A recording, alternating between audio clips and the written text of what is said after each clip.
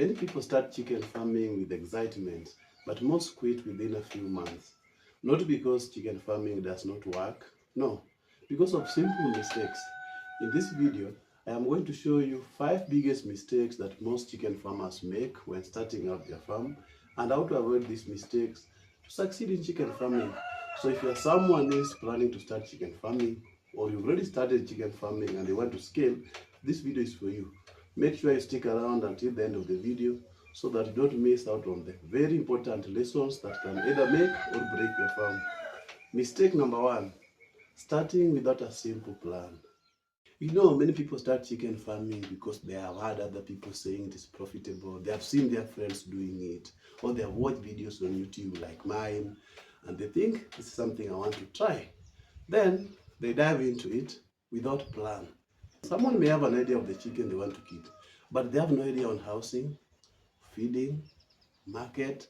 So the first thing they buy is chicken without thinking about housing, feeding, everything. So definitely without a plan, it is very difficult to succeed because along the way, you may realize that you needed a house, or the house that you have is small, that cannot accommodate all your chicken. Most low capital chicken farmers like forcing profit. They have been told that you can make this amount of money if you have 100 chicken in the farm. Now they put 100 chickens in a tiny room, in a tiny structure, because they want to make profit out of 100. That's a mistake. So plan on the feeds, plan on the housing. For example, if you are going to keep 100 commercial layers, you must plan on where you are going to get them, make sure the source is reputable, how you are going to vaccinate them, how you are going to treat them, how you are going to feed them, and the house where they are going to live in.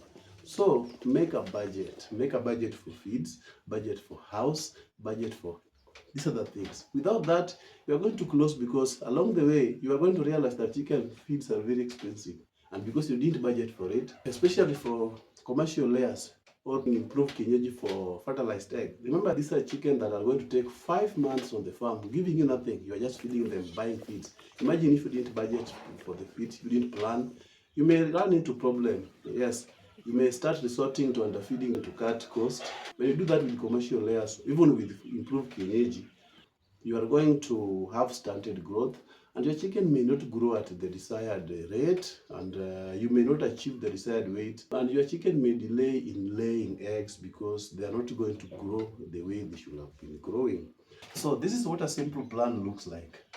Here in my backyard, I started keeping the indigenous chicken. So the plan is to keep chicken, indigenous chicken, for family, for consumption. Yes, the eggs and the meat.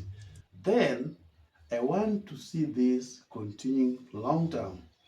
And also, because I've started getting orders for indigenous chicks, which I don't have in my farm, I'm planning to add indigenous chicken here as parent stock. I'll be sourcing for quality indigenous chicken, and I will use them as parent stock so that I can raise indigenous chick for this customer. These customers are not many.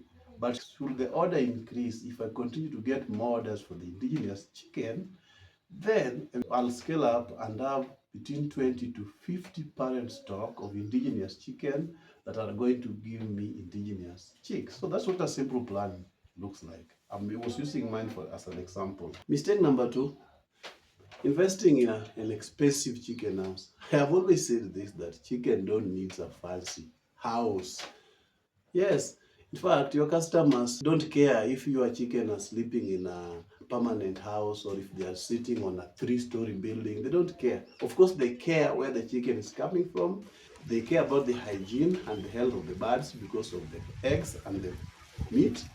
But they don't care about the house. So many chicken farmers make this mistake by investing a lot of money in the structure. Instead, you should use that money, put that money on the stock, on the chicken. Instead of structure, you're building an expensive chicken house, only to realize that you run low on funds and now you can't even bring chicken. But even if you can bring chicken, you can't bring the number that you had planned because you finished all the money on the structure. So build a simple structure like mine.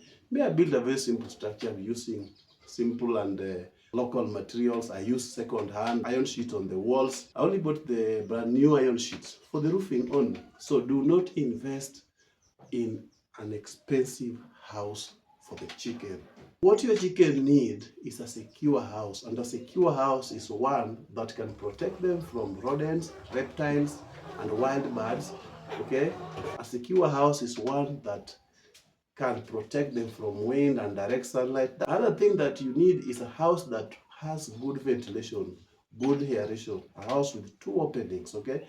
One acting as the inlet of fresh air and another as the outlet of saturated air. So build a simple structure. What I will tell a beginner, someone who wants to start, is to start with a deep litter system. A deep litter system house is where you put your chicken on the floor, you cement the floor, you put the wood shavings on the floor or rice husks. That is mistake number 2. Mistake number 3, poor feeding decision. Now this is where most farmers go wrong. Most chicken farms, I think more than 60% of chicken farms have been closed because of feeds. You know why? Most farmers just feed their chicken. They don't measure the feeds. They don't know what amount of feed should be given to chicken that is at what age. For example, a day-old chick should consume between 13 to 14 grams of chick mash per day for 7 days. But a mature chicken that is laying, or a rooster that is mature, eat between 120 to 140 grams per chicken per day. Let's assume you have 100 chicken, and that one will be 120 grams per chicken per day times 100. That is 12,000 grams of feeds. Divide by 1,000, so that is 12,000. Imagine, for 100 chicken, you should be feeding your birds 12 kg per day. But because you don't know the ratio, the feeding ratio, you end up giving your chicken 20 kg per day. So you end up spending more money on feed, and where you are not going to break even. The moment you start overspending on commercial feed, first of all, commercial feeds are expensive. Then you overfeed the chicken. Meaning, by the end of the month, you will realize that you spend around 50,000-60,000 on feeds when you ought to have spent 40,000 or 45,000. So you see how poor decision making on feeds can cost your farm. And this is one major problem in chicken farming, and many farmers are crying that they can't break even because of feed, simply because they don't know the feeding ratio. So what should you do to avoid this mistake? Make sure you know the quantity of feed that should be given to chicken in different ages. Okay, for example, chicken that are about to start laying, or let's say even chicken that are 1 month old, which should be eating 35 grams per chick per day. Multiply that by the 100 chicks that you have, and you find out what you should be spending on a day. Okay, so feed them 60% of that feed in the morning and 40% in the afternoon. Okay, so you have a consistent feeding. So you get it right on the feeding ratio, and you also get it right on timing. You have consistent feed supply in the chicken house. So that is one mistake that most farmers make, and it has resulted into many farms being closed down, or farmers simply can't break even. Mistake number 4 is ignoring disease prevention mechanisms in the farm, such as vaccination, biosecurity, hygiene, and proper aeration in the chicken coop. Vaccination is mandatory in chicken farm. Some farmers ignore this, thinking they can get away with it. Unfortunately, for viral diseases like Gumboro and Newcastle, you can't. So it is imperative that you vaccinate your birds against the notorious viral diseases such as Newcastle, Gumboro, Marex, and Coryza. Gumboro, Newcastle are viral and notorious diseases that can wipe your entire farm in 2 days. You cannot get anywhere with chicken farming if you don't vaccinate your birds. I know there are many ethical issues about vaccination and the health of human beings. Those are politics. If you want to do politics, don't vaccinate your birds and you'll grip in politics. If you want to raise healthy birds and don't want to lose your money, ignore the politics surrounding vaccination. Make sure you vaccinate your birds. Follow a vaccination schedule that is provided by your hatchery. If you get it wrong on preventing diseases, you are staring at a big loss. If you don't vaccinate your chicken against the notorious viral diseases, you are going to count losses and you may never recover from it. This is a costly mistake that you cannot gamble with, and many farmers have closed down their farm because they ignored to vaccinate their birds. Number two, putting biosecurity in the farm by having food dips at the entrance of the chicken house or the farm, so that anyone getting inside the farm must disinfect themselves so that they don't bring diseases in the farm. Okay, so biosecurity is non-negotiable. Good hygiene, that is obvious, common sense. Chicken thrive in a clean environment. If you live in a dirty environment that is unhygienic, your chicken are going to struggle with parasitic and bacterial diseases such as coccidiosis, full typhoid. So to avoid this and to mitigate the risk of losing your birds and losing your money, make sure you practice biosecurity and proper hygiene so that your birds don't contract diseases. Prevention is better than cure, but in chicken farming, it is cheaper than cure and it is non-negotiable. So mistake number 5 is starting your farm without market plan. Who are you going to sell your chicken to? Where are you going to sell them? At what frequency? At what age? Or at what stage? If you can't answer these questions at the beginning of your farm, I think you may run into problem because you're not the only person keeping chicken. Many people are keeping chicken for eggs, for meat. How do you ensure that you sell your chicken or your chicken products? First thing, I was told that you are the number one ambassador of your business. Wherever you go, talk about your business. Talk about what you do. When you go to the social event, when you go to meet people, wherever you go, when you meet friends, talk about your business. Talk about what you do. You are the ambassador of your business.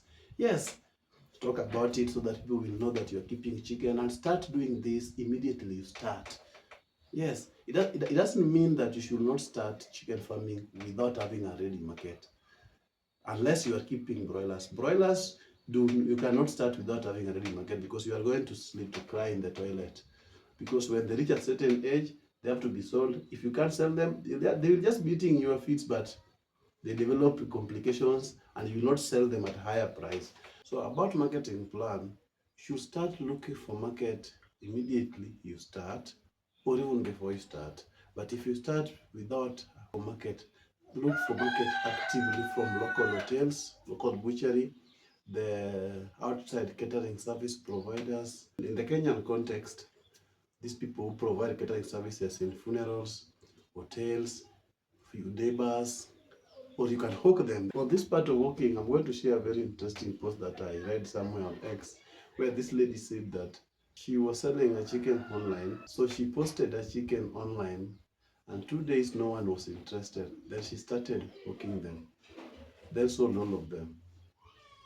So you see, you need to do groundwork in marketing. Talk about your chicken wherever you go, whenever you go. Talk about what you do. Let people know that you keep chickens. If you watch the video up to this point, please like, share, comment. Let me know what you think about these mistakes in the comment section. And if you are someone who's looking into starting chicken farming on low capital, make sure you watch my other video on starting chicken farming with only 25,000 shillings. So thank you for watching, and lots of love.